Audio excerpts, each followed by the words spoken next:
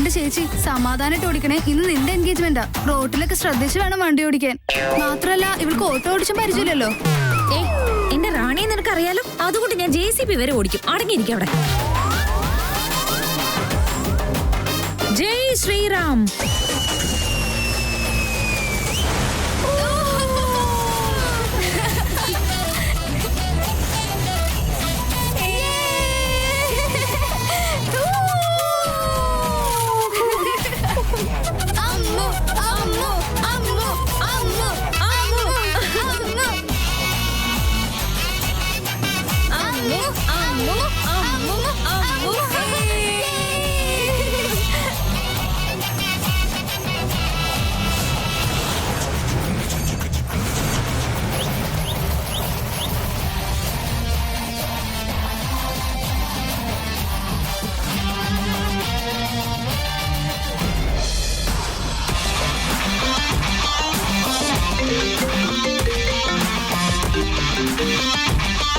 Hello, ആരാണെന്ന് guess ചെയ്തേ?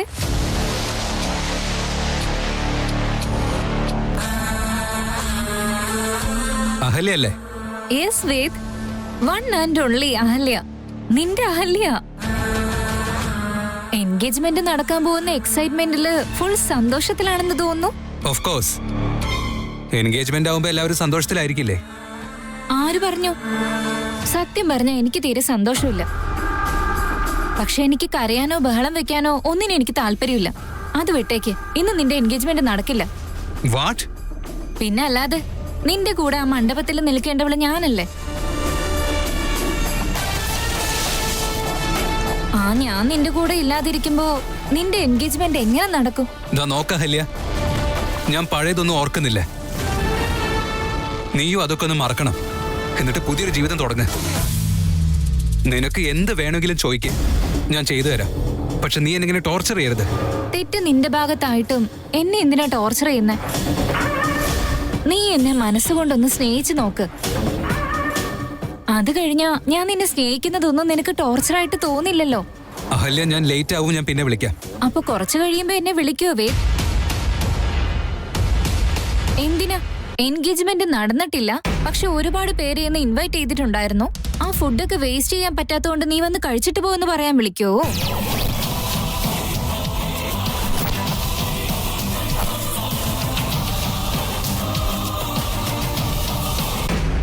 അഹല്യ, നീ വിചാരിക്കുന്ന പോലെ കാര്യങ്ങൾ നടക്കാൻ പോകുന്നില്ല. നിന്റെ ഈ ടൈപ്പ് ഭ്രാന്തൊന്നും കാണാനും എനിക്ക് താല്പര്യവുമില്ല. എനിക്ക് നിന്നെ കാണണമെന്ന് തോന്നിയ നീ വന്നേ പറ്റൂ. എന്താന്നറിയോ, എന്റെ ഈ മൊബൈലിൽ അവസാനം വിളിക്കുന്ന ആള് നീ തന്നെയാണല്ലോ.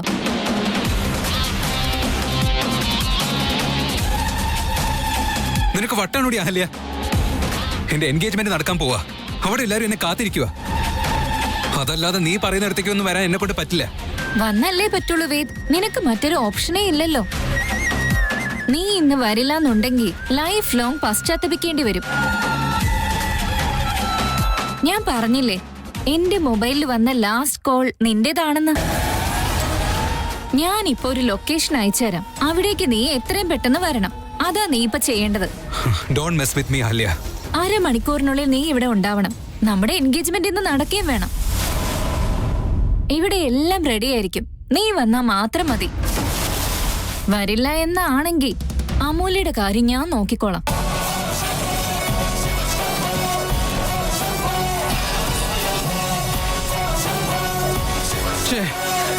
Damn it.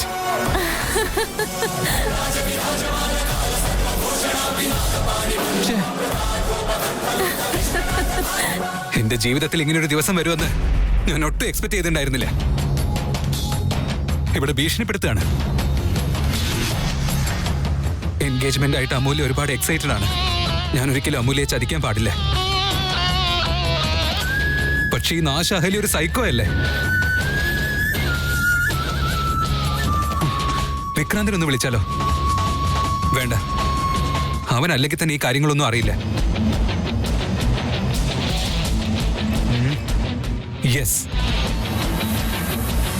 സുമേഷിനെ വിളിക്കുന്നതാണ് ബെറ്റർ.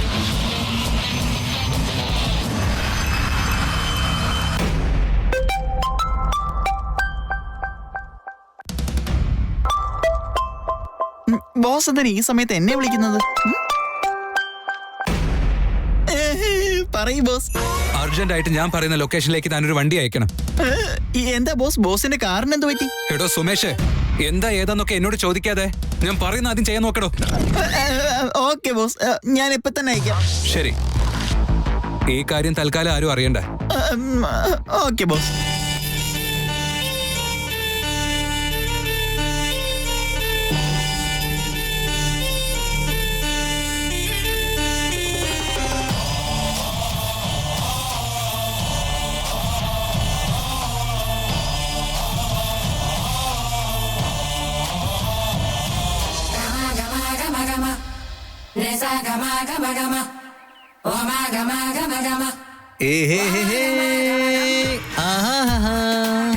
പ്രേമിച്ച് നടന്ന സമയത്ത് ഇങ്ങനെ ഒരു ചാൻസ് കിട്ടിയില്ല. ഈശ്വരൻ അതൊക്കെ നോക്കി പെട്ടെന്ന് ഒരു വരം തന്നത്. നമുക്ക് ഇതൊക്കെ ഒന്ന് എൻജോയ് ചെയ്ത് സമാധാനം. ഹലോ, റോഡ് നോക്കി സൈക്കിൾ ഓടിച്ചേ. നിനക്ക് 4 വീലർ തന്നെ കറക്റ്റ് ആയിട്ട് ഓടിക്കാൻ അറിയില്ല. അപ്പോഴാ ഈ സൈക്കിൾ ഓടിക്കുന്നത്. അതാണെങ്കിൽ ഡബിൾസും. എന്താണാവോ കാണിക്കാൻ പോകുന്നത്? മര്യാദക്ക് റോഡ് നോക്കി സൈക്കിൾ ഓടിക്കാൻ നോക്കി. ഭർത്താക്കന്മാർക്ക് തീരെ വില കൊടുക്കാത്തത് നിങ്ങൾ ഭാര്യമാരാ. നിന്നെ കൊണ്ടുനടക്കണം എന്നെ പറഞ്ഞാൽ മതിയല്ലോ. വേറെ വഴിയില്ലല്ലോ.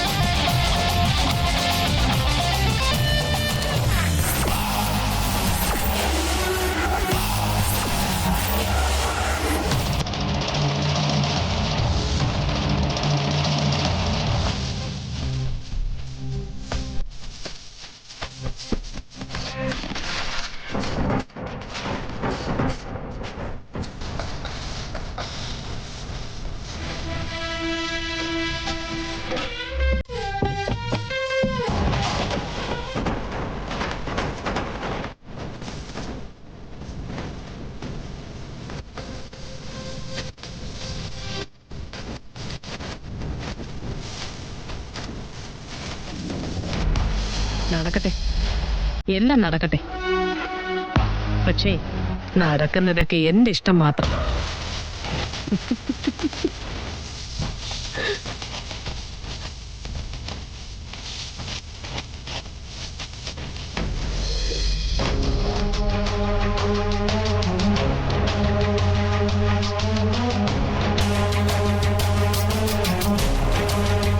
ഇങ്ങനെയുള്ളൊരു സമയത്ത് കുട്ടികളി കളിക്കാൻ ഈ പിള്ളേർക്കൊക്കെ എങ്ങനെ കഴിയുന്നു? ഒരാളെ വിളിക്കാൻ വേറൊരാളെ പറഞ്ഞു വിട്ടാ അയാളെ വിളിക്കാൻ മറ്റൊരാളെ പറഞ്ഞു വിടേണ്ടി വരും.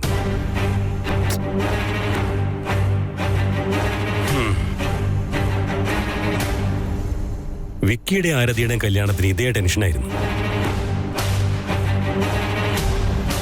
ഇപ്പോ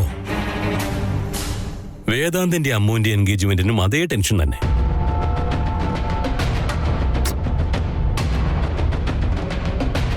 എല്ലാം റെഡിയാക്കിക്കൊള്ളാന്ന് പറഞ്ഞ വിക്കിയ സിദ്ധാർത്ഥിനെ പോലും കാണുന്നില്ല.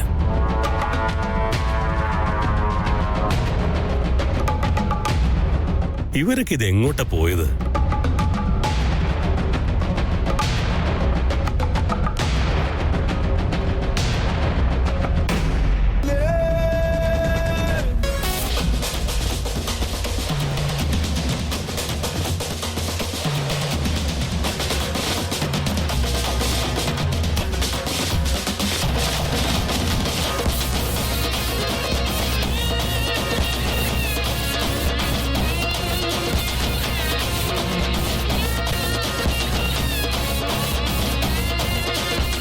സിദ്ധാർത്ഥ് എന്നെ തോന്നില്ല. വിക്കി, നിങ്ങളിത് എന്താ ചെയ്യുന്നത്?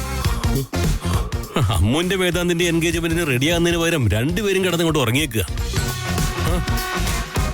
വേഗം റെഡിയായി വരുന്ന അതിഥികളെയൊക്കെ സ്വീകരിക്കുന്നതിന് പകരം ഇങ്ങനെ അവിടെ കിടന്നാ മതിയോ? ഞാൻ നിങ്ങളോട് ഇനി എന്ത് പറയാനാ? ഇനി എന്ത് കള്ളം പറയും? ചെറിയച്ഛൻ എങ്ങനെയായാലും സമാധാനിപ്പിക്കണമല്ലോ.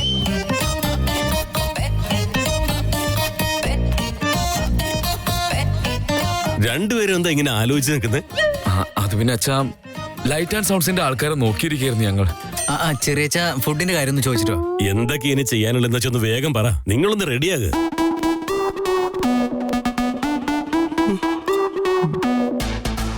അളിയ, കാര്യമായിട്ട് എന്തോ പ്രശ്നം ഉണ്ടായിട്ടുണ്ട്. നമ്മൾ ഈ ഒരു അവസ്ഥയിൽ ഇവിടെ എത്തിച്ചത് ആരായിരിക്കും? ആരോ മനഃപൂർവ്വം നമ്മളെ ട്രാപ്പിലാക്കിയതായിരിക്കും. എനിക്കത് ഉറപ്പായി. നീ എന്തൊക്കെയാ പറയുന്നത് വിക്കി? അല്ല, ഒരൊറ്റ ദിവസം കൊണ്ടല്ലേ എന്റെ ഈ വെയിറ്റ് ഒക്കെ ലോസ് ആയത്. എന്റെ അളിയാ, ഇനി ഇങ്ങനെ കിടക്കല്ലേ, വേഗം പോയി റെഡി ആയിട്ട് വാ. അനങ്ങാൻ വയ്യളിയാ. രാത്രി മുഴുവൻ ഒരു വണ്ടിയെങ്കിലും കിട്ടുമോ നോക്കി ഞാൻ ആ നടു റോട്ടിലെ കണ്ണിൽ എണ്ണ ഒഴിച്ച് കാത്തിരിക്കുകയായിരുന്നു, അറിയോ? അല്ല അളിയാ, ആരെങ്കിലും വിളിച്ച് ക്ലൈന്റ് മീറ്റിംഗ് ഉണ്ടെന്ന് പറഞ്ഞാ കുണിഞ്ഞി കുണിഞ്ഞി അങ്ങ് പൊക്കോണം. മുന്നും പിന്നൊക്കെ ഒന്ന് നോക്കണ്ട അളിയാ. ആരോ മനഃപൂർവ്വം പണിയെന്നാന്ന് ഉറപ്പാ. വെറുതെ ഇരിക്കളിയാ, അല്ലേ തന്നെ ഞാൻ ടെൻഷൻ അടിച്ചിരിക്കുക. ദേഷ്യവും വരുന്നുണ്ട്. മനുഷ്യർക്ക് അബദ്ധമൊക്കെ പറ്റും. തെറ്റ് പറ്റിപ്പോയി, പറഞ്ഞിട്ട് എന്താ കാര്യം? എന്താണെങ്കിലും ശരി, എന്നെ ഫോൺ ചെയ്ത പെണ്ണിനെ അങ്ങനെ കൈ കിട്ടിയാണ്ടല്ലോ, ഞാൻ ആരാണെന്ന് കാണിച്ചു കൊടുക്കും. വിക്കി, സിദ്ധാർത്ഥ്, ഒന്ന് വേഗം വന്നേ. ആ റെഡി ആവുന്നതൊക്കെ പിന്നെ. ആദ്യം ഒന്നിങ്ങോട്ട് വന്നേ. ഇതാ വരുന്നു അമ്മേ. എന്താ ഇവിടെ സംഭവിക്കുന്നേ? രണ്ടു കുടുംബത്തിലുള്ള എല്ലാവരും ഇവിടെ ഇല്ല. വേദാന്തിനെ കാണുന്നില്ല. വേദാന്ത് ഇത് എവിടെ പോയതാ? ശരിക്കും എന്താ ഇവിടെ സംഭവിച്ചത്? ഹായ് പ്രമി.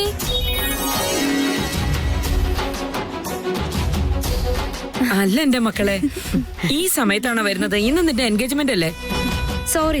Sorry Premi, sorry.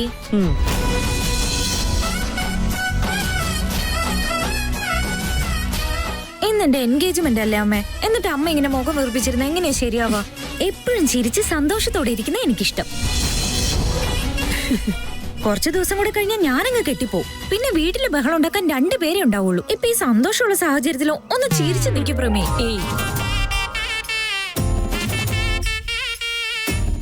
അതിഥി, നിനക്കിട്ടോ രണ്ടെണ്ണം തരേണ്ടത്. എന്നെ അടിക്കുന്നേ? ആദ്യം ഇവൾക്ക് കൊടുക്ക്. ഇവളാ സീനിയർ. കുറച്ചു ദിവസം കഴിഞ്ഞാൽ വീട്ടിൽ നിന്ന് പോവില്ലേ? കല്യാണം കഴിഞ്ഞാൽ ഭർത്താവിന്റെ വീട്ടിൽ ആരും അടിക്കാനുണ്ടാവില്ല. അതെല്ലാം കൂടി ചേർത്ത് നേരത്തെ രണ്ടെണ്ണം കൊടുക്കുക. അഡ്വാൻസ് ആയിട്ട് പോട്ടെ. അമ്മ എന്ന് രണ്ടുപേരും മിണ്ടാതിരിക്കോ? കണ്ടില്ലേ മൂന്നാമത്തെ മോള് എത്രത്തോളം ആക്റ്റീവ് ആണെന്ന്? അതുപോലെ അമ്മയും ആക്റ്റീവ് ആയിട്ടിരിക്കും, എന്നാലേ രസമുള്ളൂ. മോളെ അമ്മു, പോയ മോളെ, വേഗം റെഡിയായി വന്നേ. നമ്മുടെ ചെക്കൻ വരുമ്പോഴേ നീ റെഡിയായി നിക്കണമല്ലോ. ശരി മുത്തശ്ശി.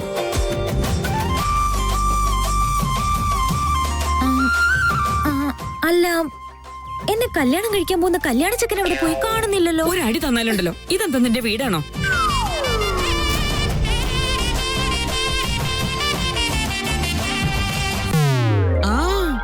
ആ ചെക്കൻ ഇവിടെ എവിടെയോ തന്നെ ഉണ്ടാവണം. നീ ടെൻഷൻ ആവണ്ട മോളെ. അവന് ഞങ്ങള് നിന്റെ കയ്യിൽ തന്നെ ഏൽപ്പിച്ചു തന്നേക്കാം. ആദ്യം പോയി നീ റെഡി ആയിട്ട് വാ. കല്യാണം കഴിഞ്ഞാലുണ്ടല്ലോ, രാവും പകലും അവന്റെ മുഖം തന്നെ കണ്ടു ബോറടിക്കും നിനക്ക്.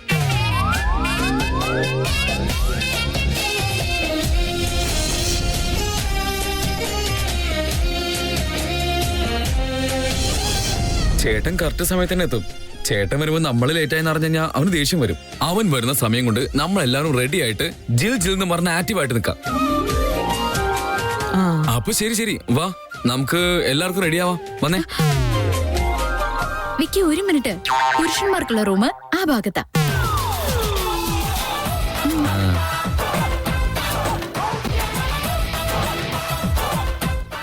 നിങ്ങളും പോയി റെഡി ആയിട്ട് വാ.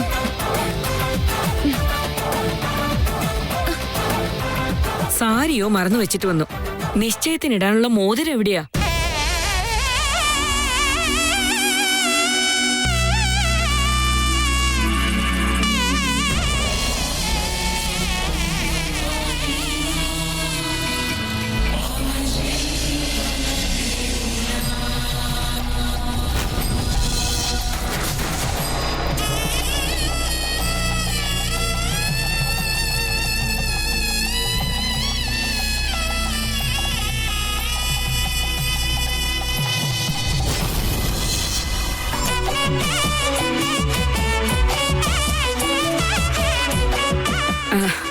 ഇതെന്താ അമ്മോ? മോതിരെടുത്ത് താലി പോലെ ഇട്ടിരിക്കണോ നീ? അമ്മേ, കല്യാണം കഴിഞ്ഞവർക്ക് താലി എങ്ങനെയാണോ അതുപോലെ കല്യാണത്തിന് റെഡി ആയിരിക്കുന്നവർക്ക് ഇതും താലി പോലെ ഇമ്പോർട്ടന്റ് തന്നെയാ. അതുകൊണ്ടാ ഞാൻ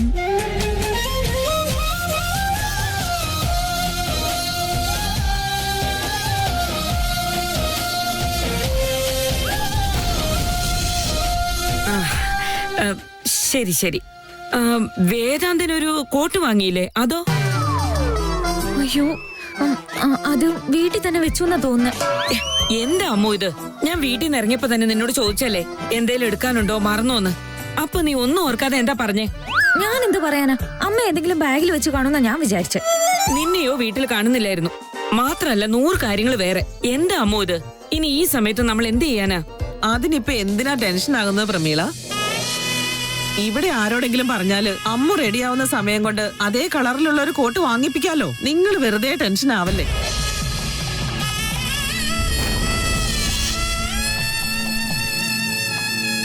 ശരി, നീ പോയി റെഡി ആയിട്ട് വാ.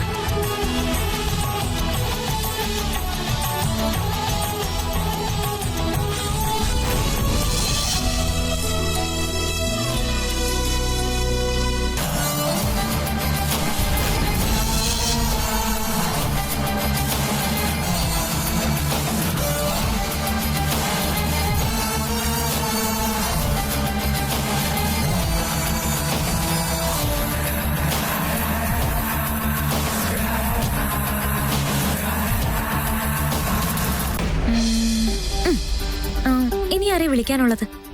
ആ, മേഘയെ വിളിച്ചിട്ടില്ല.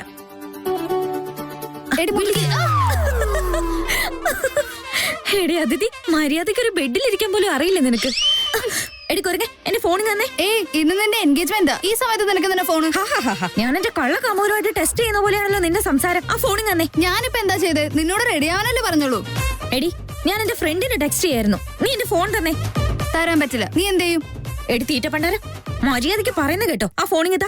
വെറുതെ എന്നെ ദേഷ്യം പിടിപ്പിച്ചാലുണ്ടല്ലോ. എനിക്ക് ദേഷ്യം വന്നാൽ അറിയാലോ, ഇടിക്കും ഞാൻ.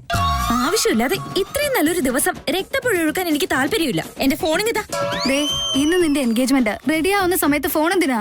അത് മാത്രമല്ല, നോർമൽ ഡേയ്സിൽ പോലും നീ അധികം ഫോൺ ഉപയോഗിക്കാറില്ല. എന്നിട്ട് ഇപ്പൊ എന്ത് പറ്റി ഫോണിനോട് ഇത്രയും സ്നേഹം തോന്നാൻ? അവൾ എന്റെ കോളേജ് മേറ്റാ. ഇന്ന് എന്റെ എൻഗേജ്മെന്റ് ആണെന്ന് അവളോടൊന്ന് പറയണം തോന്നി. അതിനു വേണ്ടിയാ, അത്രേ ഉള്ളൂ. അതിന് ഇപ്പൊ എന്ത് ഇത്ര ധൃതി? എൻഗേജ്മെന്റ് ഒക്കെ കഴിഞ്ഞിട്ട് ഐ എൻഗേജ്ഡ് എന്ന് പറഞ്ഞ ഫോട്ടോ ഇട്ടാ പോരെ? ഫേസ്ബുക്കിലും ഇൻസ്റ്റാഗ്രാമിലും വാട്സാപ്പിലും ഒക്കെ അങ്ങ് ഇടണം. അതുപോരെ? ഈ ലോകം മുഴുവൻ അറിയാലോ. ആവശ്യമില്ലാത്ത എന്തിനാ ചോദിക്കുന്നേ? ഞാൻ നിന്റെ ഫോൺ എടുത്തല്ലോ ചാറ്റ് ചെയ്തത്, എന്റെ ഫോണിലല്ലേ. അങ്ങനല്ലേ ചേച്ചി, ഈ എൻഗേജ്മെന്റ് ഒന്ന് നന്നായി നടന്നാ മതിയായിരുന്നു. കാര്യങ്ങൾ ഇതുവരെ എത്താൻ നിങ്ങൾ രണ്ടുപേരും എന്തുമാത്രം കഷ്ടപ്പെട്ടു, അതൊക്കെ നീ മറന്നുപോയോ? അത് ശരിയാ, നീ പറയുന്ന ഒക്കെ കറക്റ്റാ. ആദ്യം എൻഗേജ്മെന്റ് ഒന്ന് കഴിയട്ടെ, അതുവരെ സമാധാനമില്ല. ശരി, ഞാൻ റെഡി ആയിട്ട് വരട്ടെ. നീ റെഡി ആയിട്ട് വാ. ശരി ശരി.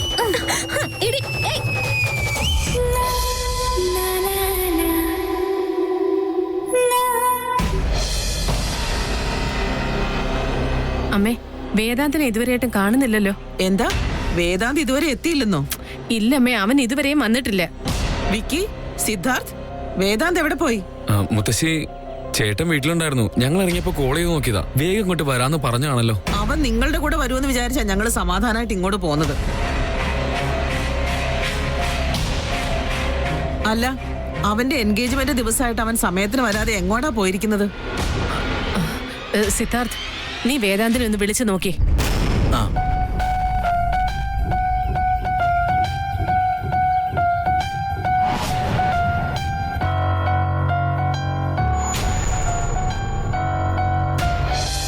എടി, എന്റെ ബ്ലൗസിങ് എടുത്തു തന്നെ. ഈ മുതുക്കിത്തള്ള കാരണം മനുഷ്യനൊരു സമാധാനം ഇല്ലാത്ത അവസ്ഥയാണല്ലോ. ഇവിടെ അവിടെ തന്നെ പൂട്ടിയിടുന്നായിരുന്നു നല്ലത്. ഒന്നും മിണ്ടാതിരിക്കുന്നുണ്ടോ? കാര്യങ്ങൾ എങ്ങനെയെങ്കിലും നടന്നാ മതിയായിരുന്നു. അതുവരെ മനുഷ്യനൊരു സമാധാനമില്ല. നീ ഒന്നും മിണ്ടാതിരിക്കേ. ആ കാര്യങ്ങളൊക്കെ നിന്നേക്കാളും നന്നായിട്ട് എനിക്കറിയാം.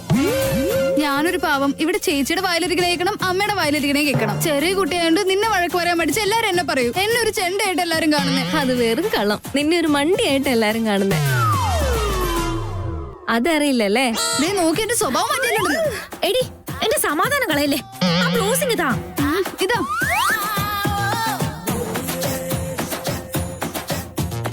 പൊട്ടി. എന്റെ ബ്ലൗസ് തരാൻ പറഞ്ഞിട്ട് ആരുടെ ബ്ലൗസാ നീ തന്നെ? ഞാൻ പറഞ്ഞതല്ലേ ചേച്ചി, ഇവള് വെറും മണ്ടിയാണെന്ന് ഇപ്പൊ മനസ്സിലായില്ലേ? റെഡിയായില്ലേ? ആ ചേട്ടത്തി ചേച്ചി ഇപ്പൊ റെഡിയാവും ഒരു 10 മിനിറ്റ്. ശരി, ഞാൻ പൂ വാങ്ങിച്ചിട്ടുണ്ട്, അതുകൂടെ വെക്കാൻ ആ ശരി എടുത്തി. അമ്മ വേദാന്ത് ഫോൺ എടുക്കുന്നില്ല. ഇത് നല്ല കഥയായല്ലോ. അല്ല, അവൻ കല്യാണം കഴിക്കാൻ പോകുന്ന പെണ്ണ് ഇവിടെ ഇരിക്കുമ്പോ അവൻ ആരുമായിട്ട് അവിടെ ബിസി ആയിട്ടിരിക്കുന്നേ? വിക്കി, ആ വേദാന്തിന്റെ വാലായിട്ട് എപ്പോഴും കൂടെയുള്ള ആ സുമേഷ് ഉണ്ടല്ലോ, അവനെ ഒന്ന് ഫോൺ ചെയ്ത് ചോദിച്ചാ എന്താ കാര്യമെന്ന്. അത് പിന്നെ മുത്തശ്ശി, അവനെയും കുറെ നേരിട്ട് ഇവിടെ കാണുന്നില്ല. കാണാത്തോണ്ട് ഞാൻ അവനെ വിളിച്ചു നോക്കി, പക്ഷെ കോള് കണക്ട് ആയില്ല. നോക്കൂ കുട്ടികളെ, വേദാന്ത് എവിടെ പോയി എങ്ങോട്ട് പോയി എന്ന് ഒന്ന് അന്വേഷിക്കും.